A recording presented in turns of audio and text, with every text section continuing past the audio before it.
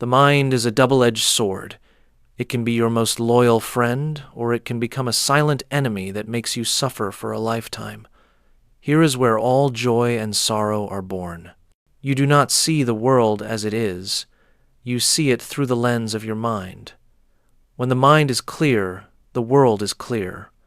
When the mind is chaotic, the world appears chaotic. Some people remain serene amid storms, while others are restless, even in calmness, because the true battlefield is not out there but within.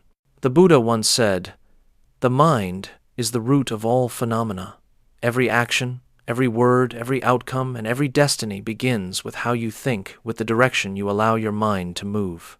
Yet most people do not live with their mind, they live under it. They let negative thoughts, fears, old habits, and judgments dictate every decision, every reaction, every moment of their day. And then they wonder why they can't find peace, why they can't be happy, even when nothing outside is wrong. Observe yourself. How many times has your mind exhausted you over things that haven't even happened? How many times has it fabricated stories? They don't like me. I'm going to fail. Everything will collapse, and made you believe them as truth. The mind is like a wild horse. If untrained, it drags you through the wastelands of anxiety, regret, and doubt. But if disciplined, that same horse will carry you toward freedom and clarity. Mental discipline is not suppression or control. It is the art of mastery. It is the ability to observe without being swept away, to respond, without losing yourself, to live in the world, yet remain calm within.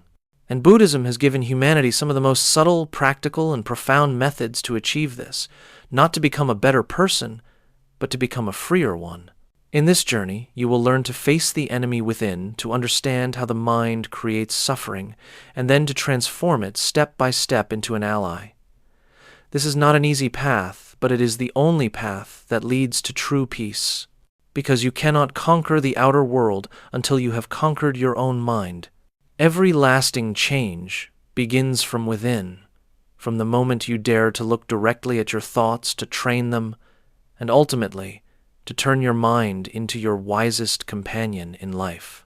Imagine a life where your mind no longer pulls you back and forth between waves of emotion. A life where you are not controlled by anger, anxiety, or comparison. A life where you no longer react impulsively, but respond to everything with calmness and clarity. Imagine waking up each morning, feeling peace in every breath, knowing what needs to be done, why you are doing it, and walking through your day with a free mind. No longer distracted by endless streams of thought. No longer letting the outer world define your worth. That is not a distant dream. It is the natural state of a trained mind, one that observes instead of resists, one that rests instead of runs. The Buddha's teachings on mastering the mind are not abstract philosophies. They are an art of living a practical map for every moment of daily life, from how you handle criticism, to how you regulate your breath under pressure, to how you stay centered amid chaos. True strength is not the ability to control others, but the ability to control yourself. When the mind is steady, no matter how turbulent the world becomes, you can walk lightly, knowing that nothing can take away your peace unless you allow it. And today that journey begins, not a journey that takes you away from life, but one that brings you home to yourself. You will learn to look deeply at the enemy, within the habits, desires, fears, and illusions, so you are no longer their victim. You will learn to reshape your identity, rebuild your systems of thought and action, and gradually cultivate a mind as clear as a spotless mirror. No one is born with mental discipline. It is forged through small conscious choices, every pause before anger, every mindful breath in chaos. If you've ever felt tired of living under an anxious mind, this is your invitation to begin again, to begin the journey of inner discipline, the journey of mastering your thoughts, emotions, and reactions. Do not seek peace outside. It can only be found in the awareness within. When your mind is at peace, the whole world is at peace. So take the first step. Begin the journey of training your mind, a journey not just to live, but to be fully alive in every breath you take. Your greatest enemy is not anyone outside, but the undercurrents within your own mind, the negative thoughts, invisible fears, and fleeting bursts of anger that can burn away peace in an instant. The Buddha called them the three poisons: greed, hatred, and delusion. They come from nowhere else but within you, and, when unrecognized, they control every action, word, and decision. They make you react instead of reflect, blame others instead of turning inward. The most dangerous part is that you mistake them for your nature, when in truth they are only clouds that obscure your naturally clear mind. Understanding the enemy within is not about hating it, but about recognizing it, because only when you see clearly can you let go. It's like walking into a dark room. You don't fight the darkness. You simply turn on the light. That light is mindfulness. Mindfulness is the ability to observe your thoughts without identifying with them. When anger arises, simply note, anger is here. When fear comes, notice, this is fear arising. The moment you can see it, you are no longer its victim. You have become the observer. The habit of the mind is to run from discomfort. When sad, we seek pleasure. When angry, we look for someone to blame. When anxious, we try to control everything. But the Buddha taught, if you do not understand the root of suffering, you remain bound by suffering. Stop. Look deeply. Ask yourself, what is truly making me uneasy? It might be fear of being hurt, a sense of inadequacy, or an attachment to your self-image. Once you see it clearly, anger is no longer anger, fear is no longer fear. They are simply passing waves on the surface of the mind. Training the mind begins with understanding, not understanding others, but understanding yourself. Know your mind as a sailor knows the sea, when it is calm, when it swirls, when the tides turn. When you know what controls you, you reclaim control. The mind is not an enemy to defeat, but a child to be guided. When you look at it with awareness, without judgment or avoidance, it softens and settles. And in that stillness, wisdom begins to blossom. The journey to mastery begins here by facing your own darkness without fear or flight, simply seeing it as it is. For light does not come from outside, but from the very moment you are brave enough to shine it within. In Buddhist teaching, there is a truth both subtle and profound, anatta, or non-self. It teaches that we are not fixed entities, not bound to any form, personality, or label. Everything we call temperament, emotions, habits, beliefs, is merely a temporary combination of ever-changing elements. Therefore, you are not defined by your past, and you are fully capable of rewriting who you are. People often say, I'm hot-tempered, I lack discipline, I'm not good enough. But those are not truths. They are labels you've repeated so often that you've come to believe them. Like an actor lost in their role, you've forgotten you're on stage. Anatta doesn't deny the self. It frees you from the false one. Once you grasp this, you no longer remain trapped in old stories. You begin to see your capacity to be reborn in every moment. The Buddha taught that humans are rivers, not rocks. Every action, every choice, is a new ripple that can change the course of the entire stream. Thus, to train the mind, you must start by redefining yourself. Ask, who do I wish to become? Not in words, but in repeated daily actions. If you want to become calm, practice silence in small moments. If you want to be steadfast, keep your promises even when unseen. Each small act is a seed planted in the subconscious, and over time, those seeds will grow into who you are. This is the essence of right effort, samma vayama, right striving. Instead of struggling to change blindly, you patiently cultivate wholesome thoughts and right actions, repeating them until they become natural. You no longer strain to be better. You simply live in alignment with your inherent clarity. Changing identity is not pretending to be someone else. It is returning to the purest part of you, the part untouched by fear or limitation. Every time you act differently, you prove to yourself that the past does not define the present. And as your mind begins to believe in this new image, your energy, habits, and emotions naturally realign with it. You are not bound to who you once were. You are the author rewriting your own story, thought by thought, breath by breath, action by action. When you truly understand anatta, you no longer strive to become someone else. You simply release what you are not. And in that release, the ego dissolves, and your luminous nature begins to shine. Life is never truly stable. Everything moves, shifts, and dissolves in each passing moment. This is the nature of anicca impermanence, one of the Buddha's 3 universal truths. People suffer not because of change, but because they resist what cannot be held. They want everything to go their way, want others to be as they wish, and want life to stay steady forever. But like a rushing river, the more you try to block it, the stronger it overflows. Only when you learn to release and flow with it can you discover the art of serenity amid chaos. Controlled chaos does not mean eliminating instability, but keeping your mind unmoved, even when the world shakes. Like a sailor steering through a storm, he cannot stop the wind or calm the waves, but he can hold the wheel steady. In life, control does not lie in stopping change, but in mastering your response to it. When facing difficulties, don't rush to blame life or others. Pause. Take a deep breath and remind yourself, this too is part of the flow. Every disruption is a teacher whispering nothing lasts forever, and within impermanence lies the lesson of adaptability. The Buddha said, suffering arises when we resist what is. The wise do not pray for calm seas. They learn to row steadily in high waves. Each storm is an invitation to strengthen the roots of your mind. The storm doesn't come to destroy. It comes to test how deep your roots truly go. Those who embrace impermanence are not weak. They simply understand that resistance only exhausts the soul. Acceptance is not surrender. It is the first act of wisdom. Meditation is the anchor that steadies the mind through tempests. When the outer world turns chaotic, return to the breath. It is the only place untouched by turmoil. Inhale, aware of the body breathing. Exhale, releasing all burdens. Each breath is a gentle stream, washing away worry, returning you to the present.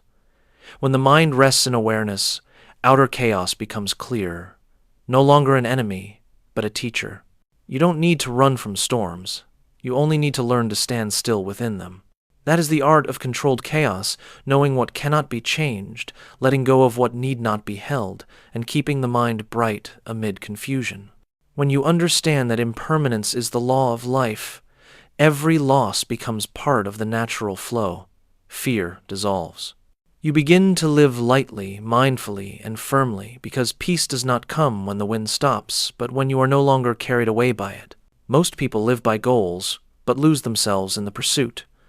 They set destinations, how much to earn, what position to reach, who to become, and then chase endlessly. When they achieve, they feel empty. When they fail, they suffer. Buddhism teaches that attachment to outcomes is the root of suffering. When your mind is fixed on the future, you lose the present, the only place where real change occurs. To train the mind, you must shift from living for goals to living in systems. Goals give direction, but systems are the path itself. A system is a sequence of small, consistent actions that shape your character and inner energy. Like a gardener, you cannot command a tree to grow faster, but you can nourish the soil, water it daily, and let sunlight in. Habits are the same. Every small action is a seed planted in the mind. When watered regularly, it sprouts effortlessly. The Buddha called this right effort samavayama, the right kind of striving, not blind struggle, but the gentle, steady cultivation of wholesome thoughts and deeds, while gradually abandoning the unwholesome. If you seek peace of mind, don't set the goal, I must be calm. Instead, build a system that nurtures calmness. Meditate 10 minutes each morning. Take 3 deep breaths before speaking. Write 1 line of gratitude each night. If you seek discipline, don't declare I must be strong, but start by keeping just 1 small promise each day. These simple actions repeated shape the spiritual architecture of who you become. A goal is a destination. A system is the rhythm of the journey. A person with a solid system may not have arrived, but they are always moving in the right direction. One with only goals, but no foundation is blown off course by the first gust of wind. The power of habit lies in quiet accumulation. One day seems insignificant, but after a year you are transformed. The Buddha said, "A jar is filled drop by drop." Every mindful act, every kind thought, every moment of awareness is one drop in the ocean of wisdom. When you shift from "I want to achieve" to "I am training," the mind relaxes. You no longer chase results, you find meaning in each step. For the journey itself is where the soul matures. And one day, as you look back, you'll realize there is nothing more to attain because you've already become someone disciplined, mindful, and at peace. Goals end but systems. They are the path to liberation. There is a victory greater than any battle in life, the victory over oneself. For if you cannot govern your mind will govern you. Emotions rise like waves, surging and sweeping away, reason causing you to say what should not be said, to do what you will later regret. One who has not mastered emotion lives like a leaf in the wind, swayed by every breeze of circumstance. But one who has self-control remains unmoved, calm as a mountain even amidst the storm. The Buddha taught, when a fool attacks the wise, it is like the wind blowing against a mountain, it cannot shake it. Self-mastery does not mean suppressing emotion, but seeing it clearly without being consumed by it. When angry, know that you are angry. When afraid, know that you are afraid. When sad, know that you are sad. That moment of knowing is the beginning of freedom. The mind is no longer blindly driven. It becomes illuminated by mindfulness, the inner lamp that reveals what is truly happening within. When someone offends you, the instinct to react flares up instantly. But if in that moment you can pause, take a deep breath, and ask, what will this reaction bring me, you have already won. The small gap between stimulus and response is the doorway to wisdom. The one who can pause is the strong one. While the world chases its impulses, the self-mastered choose to act with awareness. The practice of self-control begins with small moments. When you want to interrupt someone, try remaining silent and listening fully. When irritation arises, resist the urge to escape or blame. Just breathe. Watch the feeling dissolve like wind rippling across water. Each time you refrain from reacting, your mind grows stronger. Each time you choose calm over impulse, your inner strength is forged anew. Meditation is the training ground for this power. As you sit, you'll see your mind jump, worrying, remembering, rejoicing, resenting. But instead of suppressing these movements, you simply observe. Gradually, you realize you are not your emotions. You are the one who sees them. When that insight dawns, the chains of reactivity fall away. You are no longer the victim of your mind, but the one holding its reins. Self-mastery does not make you cold. It allows you to love more deeply because you no longer act from fear but from understanding. You need not control emotion, only see it clearly, and in that clarity it dissolves. When the mind is clear, right action arises naturally. That is when you touch true inner freedom, the state in which no person, no word, no circumstance can shake you again. Human beings long for peace, yet they confuse peace with comfort. Peace is the fruit of wisdom and letting go. Comfort is the product of avoidance and delay. One of the subtlest habits that weakens the mind is addiction to safety. We choose familiar paths, do familiar work, meet familiar people, and think familiar thoughts, not because they are best, but because they make us feel less afraid. Yet the Buddha taught, no growth happens in the realm of ease. To liberate the mind, you must dare to step beyond the borders of comfort. The addiction to comfort is like a warm blanket in winter, soothing yet confining. The longer you stay wrapped in it, the more you fear the cold outside, even when light awaits beyond. The world of growth always lies just past the edge of fear. When you avoid what unsettles you, you are not protecting yourself, you are shrinking yourself. Stepping outside the comfort zone is not recklessness. It is the act of one who understands impermanence. Life is change itself, and those who refuse to change with it will be defeated by the very stability they cling to. The Buddha called this the middle way, the path between two extremes, indulgence and denial. It is not seeking pain, but accepting some discomfort to expand the capacity of the mind. Each time you face what you fear, your mind is tempered. Each time you break free from easy habits, your will is sharpened. The first step may tremble, but trembling is still progress. What matters is that you no longer stand still. Begin with small challenges. Wake up 30 minutes earlier to meditate, complete the task you've been postponing, or simply sit with an uncomfortable feeling instead of escaping it. Each act is a hammer strike against the chains of mental inertia. No growth occurs without friction. Just as muscles must bear weight to grow, the mind must endure resistance to evolve. Meditators often experience pain, numbness, or fatigue during long sittings, yet they do not rise. They observe, they endure, because they know that pain does not destroy them, it refines them. Likewise, when you dare to face discomfort, your mind learns a priceless lesson. No emotion, no circumstance, is strong enough to overpower an awakened being. Comfort is anesthesia. Challenge is the forge. Those who choose comfort dissolve into cycles. Those who step out ignite in transformation. Every time you choose to face rather than flee, to act rather than delay, you move closer to freedom. And in that zone beyond safety, where the old self cracks a new one, is born stronger, clearer, and truly self-mastered. Discipline is not about forcing yourself or fighting against emotion. True discipline is an expression of love for something greater than yourself. When you lack a clear purpose, discipline feels like punishment. But when you understand why you do something, every effort turns into joy. The Buddha taught that all actions are born from intention. When the mind is wholesome, action becomes light. When the mind is driven by craving, action becomes heavy. Therefore, to sustain discipline, you must first discover a higher purpose, to serve. Many people stay disciplined to prove themselves, to outshine others, to gain recognition. But that is the discipline of the ego. It burns out quickly. Only when discipline is tied to deeper values, growth, compassion, contribution, does every small act gain meaning.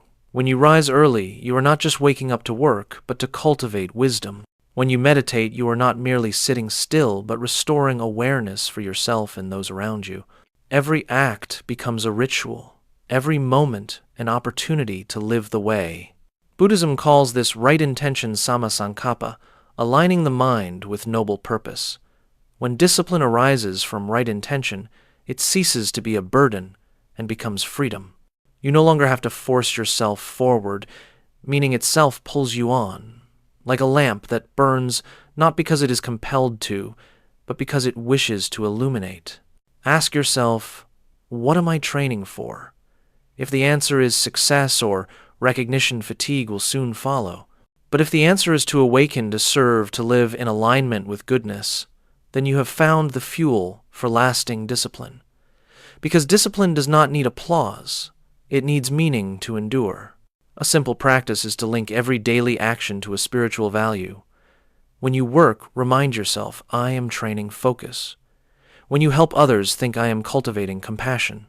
When you remain silent, realize, I am learning humility. These realizations turn ordinary acts into spiritual practice, transforming outer discipline into inner strength. There will be times when motivation fades and inspiration runs dry, but when you are anchored to a purpose greater than the self, you will not stop.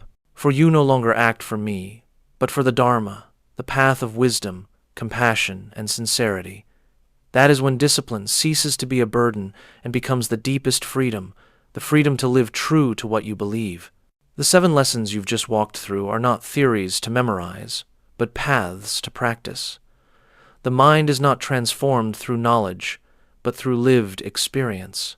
Each moment of awareness, each time you choose mindful action over blind reaction, you are training the mind, walking the path of one who governs their own life.